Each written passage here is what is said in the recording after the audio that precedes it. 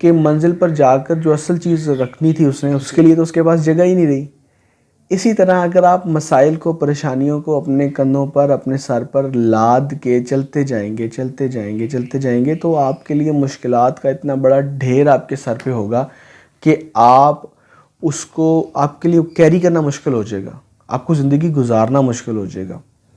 تو بہتر یہ ہے کہ آپ کو بھول جانے والا رویہ آنا چاہیے۔ بھول جائیں کسی نے آپ کے ساتھ کیا کیا، اپنی زندگی گزاریں، پرسکون گزاریں۔ اس کے بعد آپ کو بانٹنا آنا چاہیے، آپ کو سخی ہونا چاہیے۔ نبی کریم صلی اللہ علیہ وسلم کا قول ہے، آپ نے فرمایا کہ خوشی کا تعلق مال سے نہیں ہے، سخاوت سے ہے۔ سخی بڑے دل والا، آپ کا دل بڑا ہونا چاہیے، ہاتھ آپ کا کھلا ہونا چاہیے۔ اور خوشی ایک ایسا پرندہ ہے جو تنگ دل کے پاس نہیں آتا، کمظرف کے پاس نہیں آتا، کنجوس کے پاس نہیں آتا۔ آپ کا ہاتھ کھلا ہونا چاہیے، آپ کو اپنی خوشیاں، اپنی نعمتیں بانٹنا آنا چاہیے، آپ کو شیئر کرنا آنا چاہیے۔ آپ کو پتہ ہونا چاہیے کہ جو مالک نے آپ کو دیا ہے وہ صرف آپ کا نہیں ہے، وہ آپ کے عزیز و اقارب کا بھی ہے، آپ کے بہن بھائیوں کا بھی ہے، آپ کی اولاد کا بھی ہے۔ آپ اگر اکیلے اس کے اوپر براجمان ہو جائیں گے، میں اس کے لیے کچھ اور بھی لفظ یوز کیے جاتے ہیں، لیکن میں ذرا مہذب دائرے میں رہ کر کہ اگر آپ اس کے اوپر براجمان ہو جائیں گے تو، اور آپ یہ امید کریں کہ آپ کو خوشی مل جائے، تو نہیں ملے گی، کیونکہ آپ کسی کے حق کے اوپر بیٹھے ہوئے ہیں۔ آپ کے پاس جو انکم آتی ہے، آپ کے پاس جو کچھ بھی آتا ہے، وہ صرف آپ کا نہیں ہوتا، اس میں بہت سے لوگوں کا چھوٹا چھوٹا شیئر مل کر وہ ایک بڑا سا پیکج آپ کو ملتا ہے۔ تو اگر آپ اس پیکج کو، اس شیئر کو بانٹ نہیں سکتے تو، اور یہ امید کرتے ہیں کہ مجھے خوشی ملے گی، تو یہ آپ کی خام خیالی ہے، محض ایک خیال ہے جو کبھی پورا نہیں ہوگا۔ خوشی بانٹنے میں ہوتی ہے، سخاوت میں ہوتی ہے۔ اسی طرح حضرت عائشہ صدیقہ رضی اللہ تعالیٰ عنہا سے روایت ہے کہ آپ کے پاس ایک شخص سائل آیا، اس نے سوال کیا، آپ نے کیا کیا؟ چند اشرفیاں پڑی ہوئی تھیں، آپ نے اٹھا کر وہ پوری تھیلی اس سائل کو دے دی۔ وہ بڑا خوش ہوا اور جانے لگا، تو آپ رضی اللہ تعالیٰ عنہ نے ان کو واپس بلایا، اس سائل کو واپس بلایا اور ان کو کہا کہ مجھے واپس دو یہ اشرفیاں۔ واپس لیں، خوشبو لی، ان اشرفیوں پر خوشبو لگائی، اور وہ اشرفیاں خوشبو لگانے کے بعد دیں اور کہا جاؤ شکریہ۔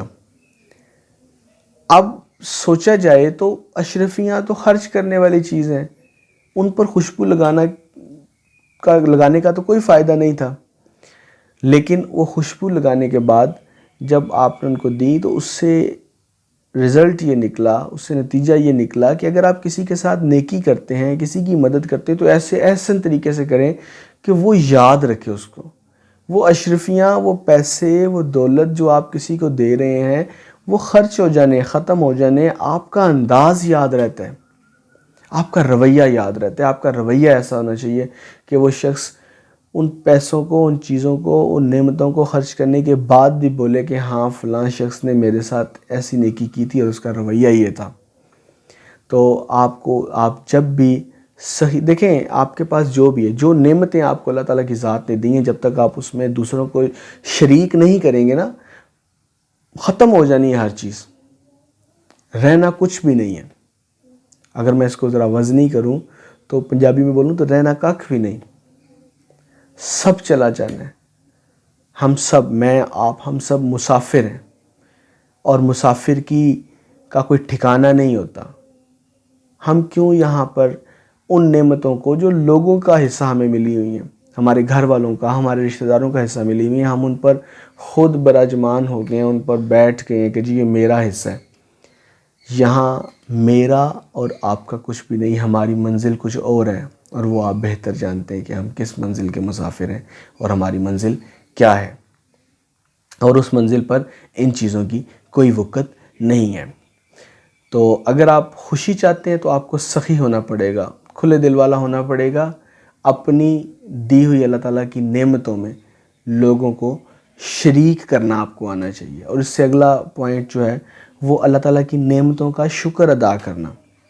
ہمیں اللہ تعالیٰ کی نعمتوں کا شکر ادا کرنا چاہیے۔ دیکھیں، ہم جس طرف بھی نظر دوڑائیں، ہم تو اس قابل ہی نہیں ہے کہ ہمیں اتنی نعمتیں، مالک نے ہمیں اتنی نعمتوں سے نوازا ہوا ہے، ہمیں اس نے اتنی نعمتیں دی ہیں، ہم اس قابل کہاں ہیں؟ اور اس ذات کی نعمتوں کا شکر کرنا ہمیں آنا چاہیے۔ محمود غزنوی کے بارے میں نے کہیں پڑھا کہ اس کا بڑا عزیز اور بڑا پیارا غلام ایاز، دربار لگا ہوا تھا، سارے وزیر مشیر وہاں موجود تھے، ایاز بھی وہاں موجود تھے۔ محمود غزنوی نے ایک خربوزہ لیا، اس کے پیسز کیے، اس کی کاشیں بنائیں اور ایک کاش ایک وزیر کو دی، دوسرے کو، اور ان کو کہا کہ ان کو کھائیں اور ان کا ذائقہ مجھے بتائیں۔ اب ہوا ایسے کہ انہوں نے کھایا اور جیسے انہوں نے پہلا لقمہ لیا اور اس کو باہر تھوک دیا، اور انہوں نے کہا کہ جی یہ تو بڑا کڑوا ہے، یہ تو بہت کڑوا ہے، اس کو تو کھانے نہیں ہو رہا، یہ تو بڑا مشکل کام ہے، بد ذائقہ پھل ہے یہ۔ انہوں نے برائیاں شروع کر دی۔ اسی طرح سب وزیروں کو محمود غزنوی نے دیا اور سب کا ایک جیسا رد عمل تھا، اور آخری کاش محمود غزنوی نے ایاز کو دی، اور اس ایاز نے بڑے انہماک سے، بڑی رغبت سے اس کو کھایا، اور اس طرح کھایا کہ جیسے وہ بڑا کوئی لذیذ کھانا کھا رہا ہے۔ وہ سب وزیر مشیر حیران ہو گئے کہ اتنا تضاد، حتیٰ کہ محمود غزنوی خود بھی حیران رہ گئے کہ اتنا تضاد کیسے، اتنا بد ذائقہ، اتنا کڑوا پھل ایاز اتنی رغبت سے کیسے کھا سکتا ہے، کہ اس کے چہرے سے بھی یہ بات واضح نہیں ہو رہی کہ وہ ایک بڑا بد ذائقہ پھل کھا رہا ہے۔ اب جب وہ کھا چکے، ان سے پوچھا گیا ایاز سے کہ بھئی آپ کو یہ پھل کیسا لگا؟ تو ایاز نے کہا کہ جی بادشاہ سلامت، اس سے زیادہ لذیذ پھل تو میں نے زندگی میں نہیں کھایا، یہ تو بڑا خوش ذائقہ اور بڑا مزیدار پھل تھا۔ بادشاہ سلامت نے کہا کہ ایاز اتنا تضاد کیسے، اتنا بڑا جھوٹ تم کیسے بول رہے ہو، جب اسی پھل کے پیسز میں نے سب کو دیے، انہوں نے کہا بڑا کڑوا ہے، آپ کہتے ہو اتنا لذیذ میں نے کبھی نہیں کھایا۔ تو ایاز نے ہاتھ جوڑے اور اس نے کہا جہاں پناہ بادشاہ سلامت، ان ہاتھوں سے میں نے دنیا جہان کی نعمتیں چکھی ہیں، اگر ایک بار مجھے کڑوا پھل مل ہی گیا ہے تو میں اس کا رونا کیوں رہوں، میں کیوں اس کی جو ہے وہ تکلیف کا اظہار کروں، میں کیوں آپ کو بتاؤں کہ جی یہ کڑوا ہے، یہ بد ذائقہ ہے، حالانکہ میں ان ہاتھوں سے کتنی نعمتیں، ہزاروں نعمتیں کھا چکا ہوں۔ تو ہمیں بھی اسی بات کا اندازہ ہونا چاہیے کہ ہم نے اللہ تعالیٰ کی طرف سے، اس مالک کی جانب سے کتنی نعمتیں استعمال کی ہیں۔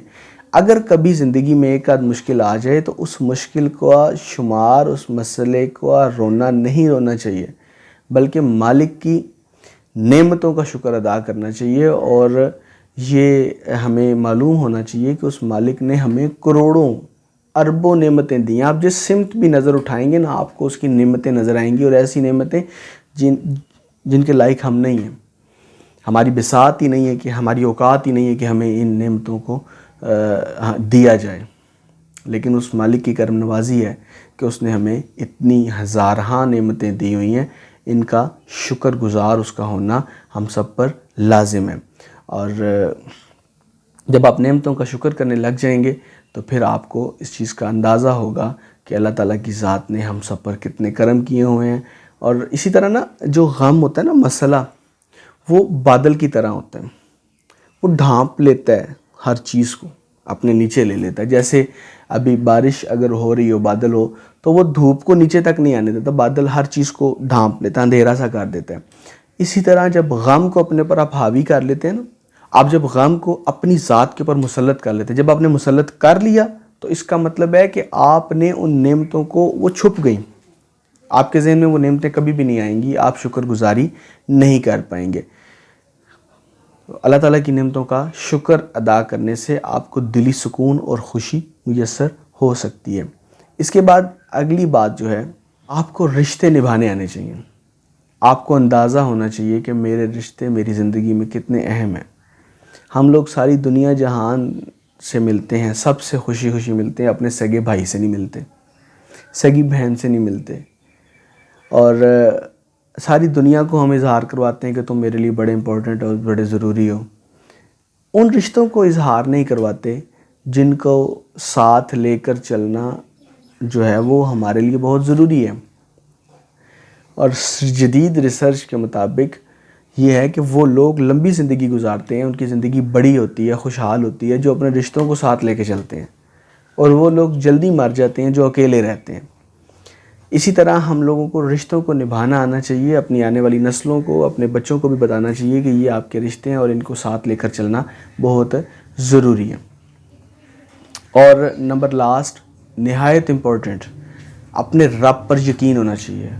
آپ کو یہ بھروسہ ہونا چاہیے کہ جس رب نے مجھے ماں کے پیٹ میں 9 مہینے تک خوراک پہنچائی، جس رب نے میری ماں کے دل میں میرے لیے اتنی محبت پیدا کی، اور پھر وہ کہتا ہے کہ میں تم سے 70 ماؤں سے زیادہ پیار کرتا ہوں، اس رب پر آپ کو بھروسہ ہونا چاہیے کہ میرا مالک ہے، وہ مجھے رسوا نہیں ہونے دے گا. یہ پریشانیاں اتنی نہیں بڑھنے دے گا کہ میں ان کو برداشت نہ کر پاؤں. وہ کسی پر اتنا ہی بوجھ ڈالتا ہے جتنا وہ اٹھا سکتا ہے. اور اگر آپ اس کی ایگزامپل لینا چاہیں، آپ کسی بس سٹاپ پہ چلے جائیں، کسی ریلوے اسٹیشن پہ چلے جائیں اور وہاں پر اپنا بیگ رکھیں اور خود کہیں جا کر دور بیٹھ جائیں اور اس کو آبزرو کریں. کچھ دیر کے بعد آپ کو اندازہ ہوگا کہ ہر آنے جانے والا بندہ اس بیگ کو ٹھوکر مارے گا، اس کو ٹھڈے پڑیں گے اس بیگ کو. کیوں؟ کیونکہ وہ لاوارث ہے. ہر شخص اس کو ٹھوکر مارے گا، ہر شخص. ہم جب لاوارث بن جاتے ہیں پھر ٹھوکریں پڑتی ہیں. اور اب آپ اس بیگ کے پاس جا کے بیٹھ جائیں، اور جب آپ اس بیگ کے پاس جا کے بیٹھ جائیں گے کسی کی جرت نہیں ہوگی کہ اس بیگ کو نظر بھر کے دوسری بار دیکھے بھی. کیوں؟ اس کو پتہ ہے کہ اس بیگ کا مالک اس کے سر پر موجود ہے. ہم لاوارث بن جاتے ہیں، ہم یہ سوچتے ہیں کہ ہمارا اس دنیا میں ہے کوئی نہیں، ہم کیا کریں. وہ بھائی آپ اس کے بندے ہیں جس نے اس دنیا کو بنایا. آپ کو یہ بھروسہ ہونا چاہیے، یقین ہونا چاہیے کہ میرا کوئی ہے، اور وہ ایسا ہے جو کن کہہ کے تو سب کچھ بنا سکتا ہے، سب کچھ کر سکتا ہے. تو یہ مشکلیں میرے رب کی طاقت سے کوئی بڑی ہیں؟ نعوذ باللہ. تو آپ نے ان مسائل کو یہ بتانا ہے کہ میرا رب آپ سے بہت بڑا ہے. آپ کو یہ یقین ہونا چاہیے کہ میرا رب ہے، اور آپ نے اس کو اپنا مالک کنسیڈر کرنا ہے، اس کو سمجھنا ہے. آپ کو پورا یقین ہونا چاہیے، بھروسہ ہونا چاہیے، ایمان ہونا چاہیے کہ میرا رب ہے، میرا کوئی ہے. اور جب آپ کو یہ یقین ہو جائے گا پھر آپ کو کسی بھی پریشانی میں پریشان نہیں ہونا پڑے گا. آپ کے چہرے پر ایک بڑی پرسکون سی مسکراہٹ ہوگی. یہ چند ایک پوائنٹس تھے جو میں نے نوٹ کیے ہوئے تھے خوش رہنے کے حوالے سے. تو اگر آپ لوگوں کو، آپ سب احباب کو ایسا لگے کہ یہ کچھ مفید باتیں تھیں، آپ کے لیے فائدہ مند ثابت ہو سکتی ہیں، تو نیچے کمنٹ سیکشن میں اس چیز کا اظہار ضرور کریں. اس بات کا اللہ میرا اور آپ سب کا حامی و ناصر ہو. السلام علیکم ورحمۃ اللہ وبرکاتہ.